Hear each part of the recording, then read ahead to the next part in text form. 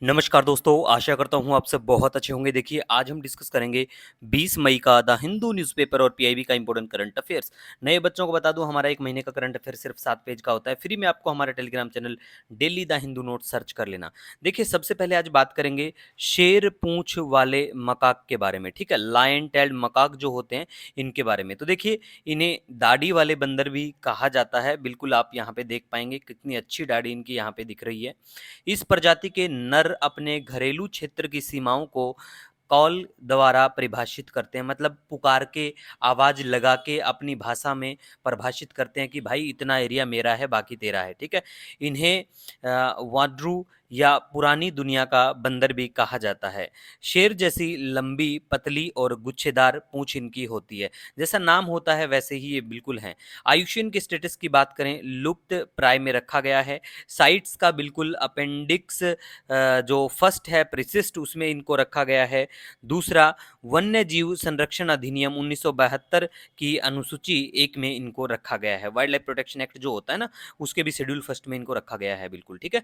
और जंगली में ये केवल भारत के मूल निवासी हैं, ठीक है? मतलब ये देखिए, वाइल्ड्स में, जंगलों में रहते हैं बिल्कुल। तो ये भारत के बिल्कुल मूल निवासी हैं। कर्नाटक, केरल, तमिलनाडु और पश्चिमी घाट के वर्षा वनों में ये ज़्यादातर आपको देखने को मिलेंगे, दाढ़ी वाले बंदर, ठीक है?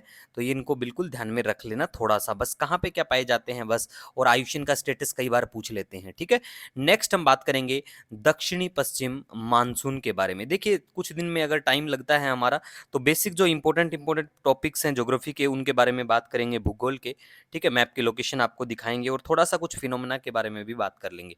दक्षिण पश्चिम मानसून के बारे में बात करें, तो देखिए, भारत की कृषि आधारित अर्थव्यवस्था की जीवन रेखा 52% क्षेत्र इसके ऊपर आधारित है, ठीक है? इस दक्षिण पश्चिम मानसून के ऊपर आधारित है। और देखिए, सूर्य कर्क रेखा पर लंबवत चमकता है और आईटीसीजेड जो होता है, inter tropical convergence zone, low pressure का जो जोन, उत्तर की ओर स्थानांतरित हो जाता है। कॉरियोलिस बल होता है, फोर्स होता है, उसके प्रभाव से दक्षिणी जो गोलार्ध होता है, वहाँ की दक्षिण पूर्वी व्यापारिक हवाएं भूमध्य रेखा को पार करती हैं और दक्षिण पश्चिम से उत्तर पूर्व की दिशा में बहने लग जाती हैं। और फिर क्या करती हैं वो, हमारा जो इंडियन ओशन होता है, वो क्या होता है, वो गर्म होता है वो। तो उससे ऊपर के, उसके ऊपर जो ये हवाएं जो हैं, जब उससे ऊपर गुजरती हैं, तो वो नमी एकत्रित कर लेती हैं, ठीक है? और फिर क्या होता है, देखिए बहुत इंपॉर्टेंट, बारिश होती है फिर हमारे यहाँ पे। और देखिए, ला नीना स्थिति क्रिएट होती है ना, तो भारत में अच्छे मानसून में मदद मिलती है। ऑस्ट्रेलिया में भी अच्छी बारिश होती है, ठीक है? और कहाँ पे सूखा पड़ेगा, जहाँ पे अल नीनो की वजह से बारिश होगी, पेरू का जो कोस्ट, इक्वाडोर का जो एरिया है वहाँ पे। और इस स्थिति में वहाँ पे फिर दिक्कत क्रिएट होती है, ड्रोट्स की सिचुएशन क्रिएट होती है, ठीक है?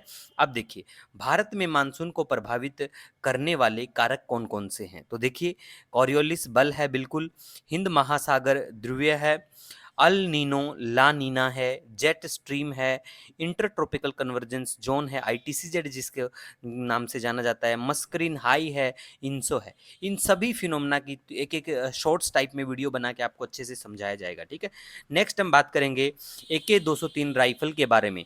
ये बिल्कुल रशियन है, रूस की द्वारा बिल्कुल है, रशिया की है, पूछ लेते हैं कई बार, तो पता होना चाहिए। इंटरपोल के महासचिव भी चर्चा में है, जर्गेन स्टॉक, तो इनका नाम याद रख लेना, वनडे एग्जाम में पूछ लेते हैं, क्योंकि फाइनेंशियल एक्शन टास्क फोर्स जो है ना, वो चर्चा में आई थी, तो बिल्कुल ये चर्चा में आते हैं। दूसरा देखिए, अल्फा सिन्यूक्लिन, ये प्रोटीन है, स्वस्थ कोशिकाओं में मौजूद है, ठीक है? तो ये न्यूज़ में आया था, साइंस टेक में, द हिंदू में, तो हमने डिस्कस कर लिया। पूछ लेंगे भी भाई ये रिसेंटली चर्चा में था, तो ये प्रोटीन है या क्या कुछ है, ऐसा करके ऑप्शन में मिलेगा, तो ये प्रोटीन है, ठीक है? नेक्स्ट, न्यूज़ क्लिक के जो संस्थापक हैं, परबीर पुरकायस्थ, ठीक है? इनको बिल्कुल इंटरिम बेल मिल गई। सुप्रीम कोर्ट ने कहा है कि भाई इनको आपने गलत तरीके से गिरफ्तार किया है, कोर्ट ने अभी कहा था रिसेंटली, तो इस वजह से ये चर्चा में आए। तो बस सिर्फ आपके लिए काम की चीज़ ये है कि न्यूज़ क्लिक के जो संस्थापक हैं वो कौन हैं। नेक्स्ट, वेरी वेरी इंपॉर्टेंट, चाहे आप किसी भी पेपर की तैयारी करो, मॉनेटरी पॉलिसी कमेटी, मौद्रिक नीति समिति, ठीक है? तो इसका मेनली काम होता है नीतिगत ब्याज दर और मुद्रास्फीति लक्ष्य निर्धारण करना। और आरबीआई अधिनियम 1934 की धारा जो अमेंडेड 45 ZB के तहत केंद्र सरकार 6 सदस्यीय मौद्रिक नीति समिति गठित करती है। कितने सदस्य होते हैं? 6। एक बार यूपीएससी ने पूछ लिया था, ऑप्शन में दे रखा था कि इसमें 12 सदस्य होते हैं, तो ऐसी चीजें फिर गलत होती हैं, ठीक है। तो याद रखना 6 होते हैं, और 6 में से 3 जो कौन से हैं, बैंकिंग सेक्टर से संबंधित होते हैं, और 3 जो होते हैं ना, उनको कौन करता है? केंद्रीय बोर्ड द्वारा नामित बैंक का कौन करता है? केंद्र सरकार के द्वारा 3 की नियुक्ति की जाती है, ठीक है। और ये 3 बाकी जो होते हैं ना, एक आरबीआई का गवर्नर पदेन अध्यक्ष के रूप में काम करता है, ठीक है। और मौद्रिक नीति का जो प्रभारी है डिप्टी गवर्नर वो होता है, और एक केंद्रीय बोर्ड के द्वारा नामित बैंक का ही एक अधिकारी होता है, ठीक है। मतलब 3 तो बैंक वाले हो गए, और भाई 3 कौन हो गए? केंद्र सरकार के द्वारा नियुक्त 3 व्यक्ति।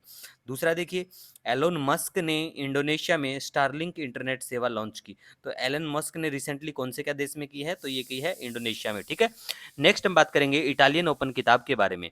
ईगा स्वियाटेक, ठीक है, इन्होंने ये जीत लिया, टेनिस से संबंधित है, ठीक है। तो ऐसे करके नाम याद रख लेना भाई कि ये जो खिलाड़ी हैं ये कौन सा खेल खेलती हैं, क्योंकि ये नंबर 1 आजकल बनी हुई हैं। तो और ये खिताब कौन से खेल से संबंधित है फिर, तो आपको पता होना चाहिए।